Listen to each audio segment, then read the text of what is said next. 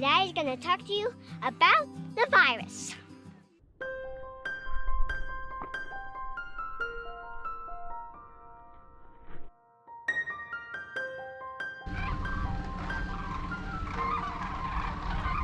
Welcome to Discovering a Wonderful World.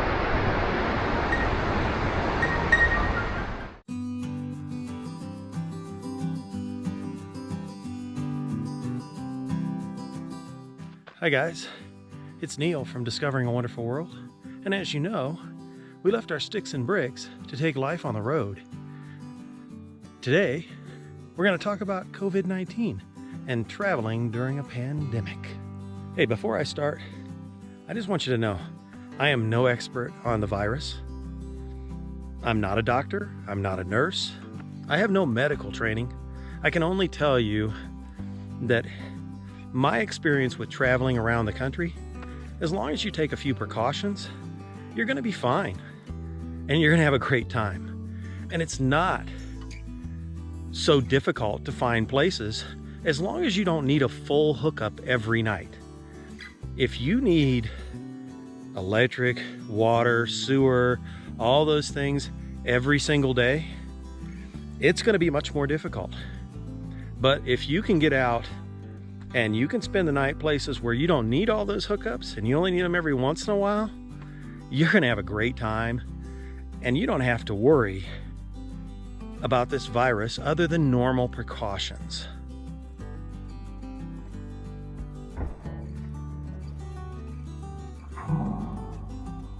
So in the last few months, we've covered basically 1/3 of the United States. 17, 18 states. And each state's a little different. A lot of them are similar, but some states are much easier on COVID restrictions than other states. Now, one thing you ought to know is we do a lot of what's called boondocking. We don't go to campgrounds that often.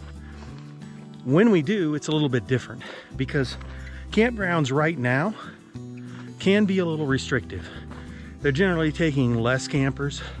You may not find a spot, or all the spots may be completely filled up. There just might not be a spot for you. But as a person who's going out and our family is checking out different spots that are open to the public, well, most of those are fine. Each state, like I said, is a little different. If you go to, say, a state like South Dakota, well, South Dakota, you're not going to have a problem during the pandemic because the fact is that South Dakota doesn't have very many restrictions. You won't even see restrictions on buildings going into them as far as entering without a mask. Most of them don't require a mask.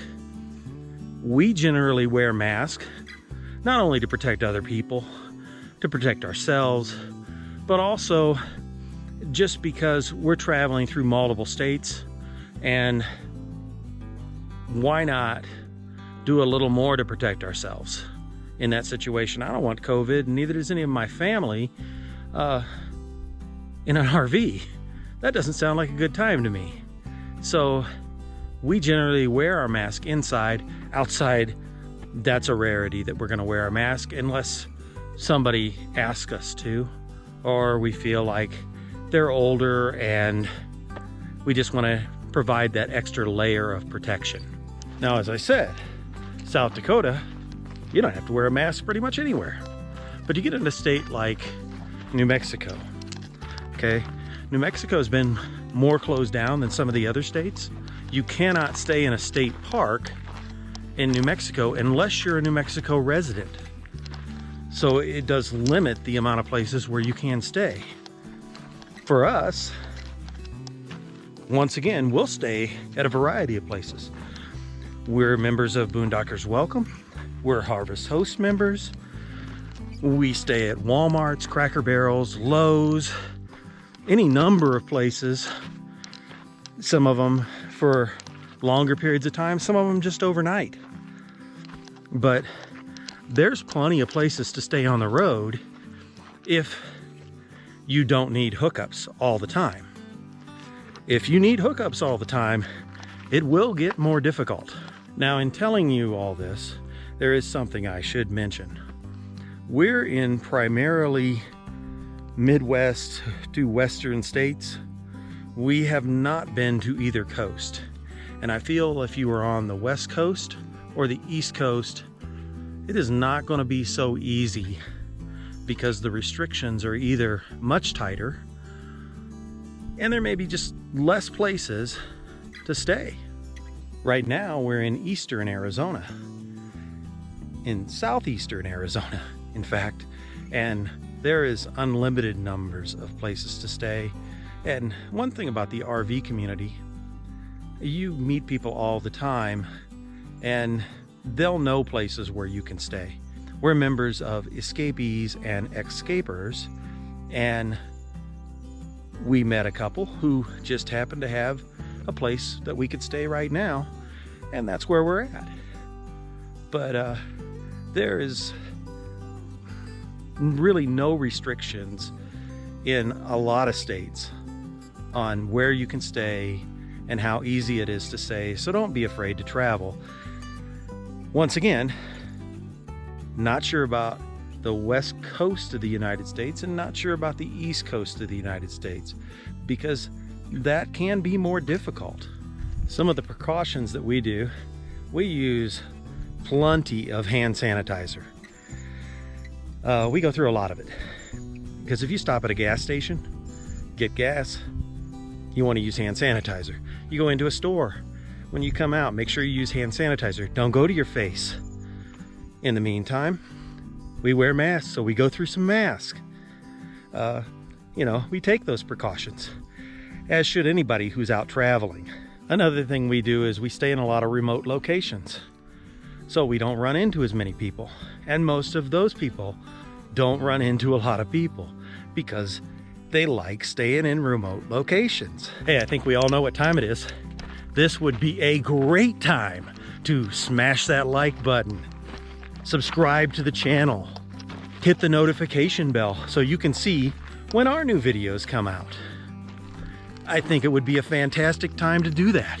One thing I should mention, if you're going into a new state, say you decided you were coming from Texas and you were gonna hop over into New Mexico, it might be a good idea to check and see what the COVID restrictions are in that new state. Because from time to time, they may have 14-day quarantines. You may not want to be stuck for 14 days somewhere. So make sure you check out the restrictions. Now, as you can see, I'm not wearing a mask today. I would if I was going into a public building, but I'm hiking through a mountain. In fact, this is the Coronado Mountains, and this is what's called the Cochise Stronghold. Pretty awesome place. Cochise is a very famous war chief in the tribal nations, and it's just an awesome place. So very pretty, very unique, and so I'm gonna enjoy it. I don't need to wear a mask. We're in wide open air. When somebody comes up on the trail, we move off the trail and let them have the leeway to pass by us and not have to take a chance on either us transmitting anything or catching anything from them. Hey, by the way, if you got some serious medical condition, I don't care where you're at, I'd wear the mask. I mean, if you're that susceptible to the possibility, might be a good idea. Hopefully soon, the vaccines will be widely available and we'll be able to open back up the country. If you choose to take it, you'll have that opportunity. I would say, don't be afraid to travel. Honestly, we've been in a number of states. I'm guessing 17. I haven't counted up the exact number in the past 2.5 months. We really haven't had any problems at all. I did go get tested once, but I have sinus issues and I came back negative. Be careful out there, but don't be afraid to travel. There's plenty of reasons to travel. I mean, just look at that scenery.